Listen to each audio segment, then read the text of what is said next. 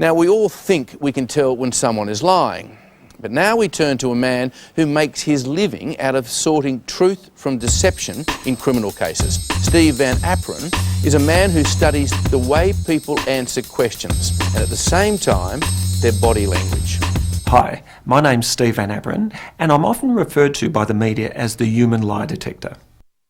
In my time as a human lie detector, I've worked with many law enforcement agencies on numerous high-profile cases. I've also worked with intelligence agencies on investigations that will never reach the media or the public. My job is to determine fact from fiction. My job is a chess game. Some opponents are exceptionally cunning and good liars. Others can be anywhere between average and downright stupid. I said, what do you think the results of this test will be? He's a suspect for a homicide. And I kid you not, this is what he said. I've never been good at passing tests. One of the more difficult cases involved the disappearance of Azaria Chamberlain by a dingo at Ayers Rock in the Australian outback. Stephen recently carried out the lie detector test on Victorian Frank Cole, who claimed he shot the dingo carrying baby Azaria Chamberlain. He's convinced the old man is telling the truth. Can you tell if someone is telling the truth? Well, we've found an expert in understanding and detecting how people deceive, and he's going to teach you. In fact, runs the behavioural training group in Melbourne. He's trained in the United States with the FBI, Secret Service and LAPD, and we welcome Steve Van Aperen. G'day, Steve, how are you? Hi, Carrie-Anne, good, thanks. Fascinating discussion. Can you actually teach someone how to detect if they are being deceived? Research shows that most people are not very accurate at detecting when people are lying. In one study, researchers found that those who tried to detect lying were accurate approximately 50% of the time. There is only a very small percentage of the population that are accurate discriminators between truth and deception. These people are referred to as wizards. Let's take a closer look at Bill Clinton. One of the telltale signs is what we call micro-expressions or distress signals, and you'll see there the wrinkling in his forehead, which is indicative of feeling distressed. The other is his eyes. I'd love to know who he's looking at in that room. I put it to you that he's not in fact making eye contact with anyone. What is a lie? It's where a person deliberately misleads another person without any notification that that deception will occur. We are lied to up to 200 times per day. This includes media advertising and so on. Here's some facts. Did you know that most people deceive about 30 people per week? The average is 7 times per hour if you count all the times people lie to themselves. We lie in 30 to 38% of all our interactions. And we lie up to 10 times per day. Are you a liar? Absolutely not. Have you ever lied? No. Are they liars? Yes, they are. So why isn't the average person better at spotting the non-truth? We investigate. Inventing a lie is the easy part. Telling it, and telling it with conviction and confidence, is the difficult part. You may be able to think of a lie, but can you effectively communicate that lie? A lie often needs to sound credible and believable in order to buy your trust. But if you know what to look for, there will always be signs of leakage or seepage. These next few minutes will show you what I do and how I detect lies. Be truthful with words, but at the same time shake your head in the negative. You got that? Yes. Okay. Very good. Now, tell me, how did you get here today? I walked. Okay. And where did you walk from? The hotel. Okay, now what I'm going to get you to do is try to use the head movement at the same time you actually answer the question, okay? Do you play any sports? Yes, I play lots of sports. What sort? Softball, basketball. Okay. What was the very first job you had? Worked at Woolworths. Okay, and what did you do? Wrong way. What was the name of your very first boyfriend? Oh, Sean. Now, would you agree that that's hard to do? No. Yes. Now, how about a round of applause? Well done, thank you. Now, what happens there, we have left brain versus right brain conflict, okay? What happens is when a person is fabricating or embellishing, remember how I said before, I'll benchmark a behaviour, then look for a deviation. It was interesting because at one stage, her head didn't know where to go. I thought it was going to actually fall off. Now, when I was a detective, I asked this guy, I said, did you steal any of that missing money? And he says, no. That's pretty hard to do, isn't it? Okay, so watch for conflict or contradiction between what a person says and what a person does. One of the problems when people analyse body language is that they often read too much into a person's behaviour.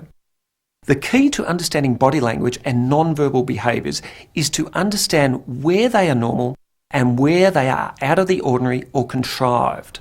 In short, we need to look for conflict or contradiction between what a person is saying and what their body language is in fact telling us. We need to look for clusters of behaviour. Now, if I look around this auditorium, which I have been doing, I would say probably around about 40% of people in this room are sitting with their arms crossed or legs crossed. Now, people say, oh, that tells me they're defensive. I say that tells me they're probably comfortable. Or if some people might be sitting with their hands under their armpits because they may be cold. The problem with body language is we often read too much into it. So one of the things I teach people is we need to look for clusters of behaviours, not one-offs, okay? So let me give an example.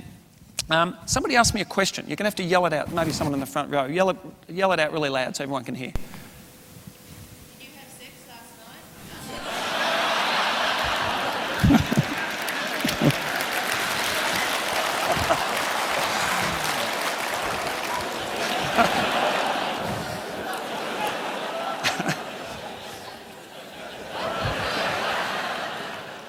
Well, why is that important? Now, let's just look what happened. Firstly, I sat back in the chair. 1, crossed my legs. 2, turned sideways, no frontal alignment. 3, crossed my arms. 4, did I answer the question? No. That's what I mean by clusters of behaviours, and the answer is no. Cheeky audience.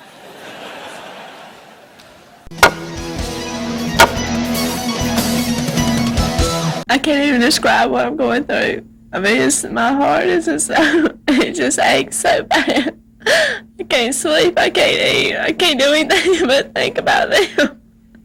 And I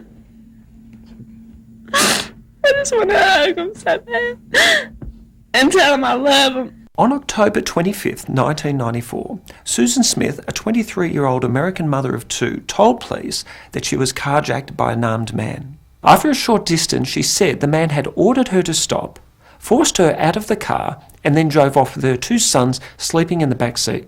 A tearful Susan Smith spoke to the media and appealed for help in finding their sons. You can hear the helicopters are there. And Susan Smith's words provide an example of how the use of tenses can indicate deceit. Susan Smith stated, "My children wanted me, they needed me, and now I can't help them."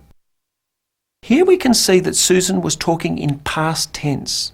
It's very uncharacteristic for a mother to give up hope on her children so soon after their disappearance. Happy birthday, dear Alice.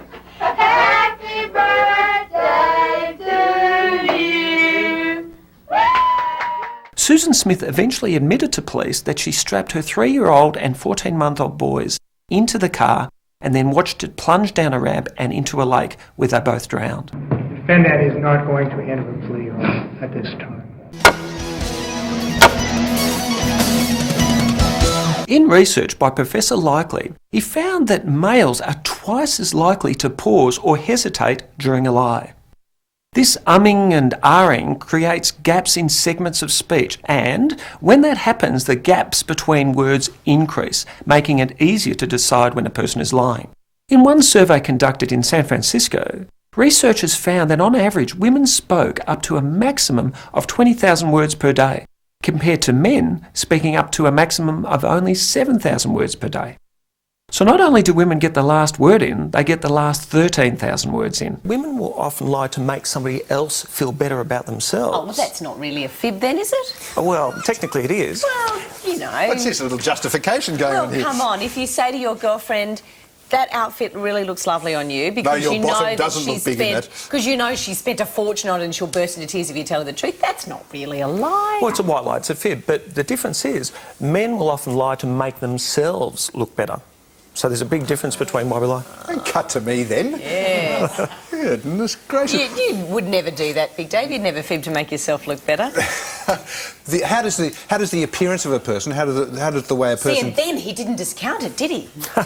See, he let me go with it because he thought she's got it, she's right. How does appearance help the believability of a lie? Men are more likely to believe attractive or beautiful women when they lied.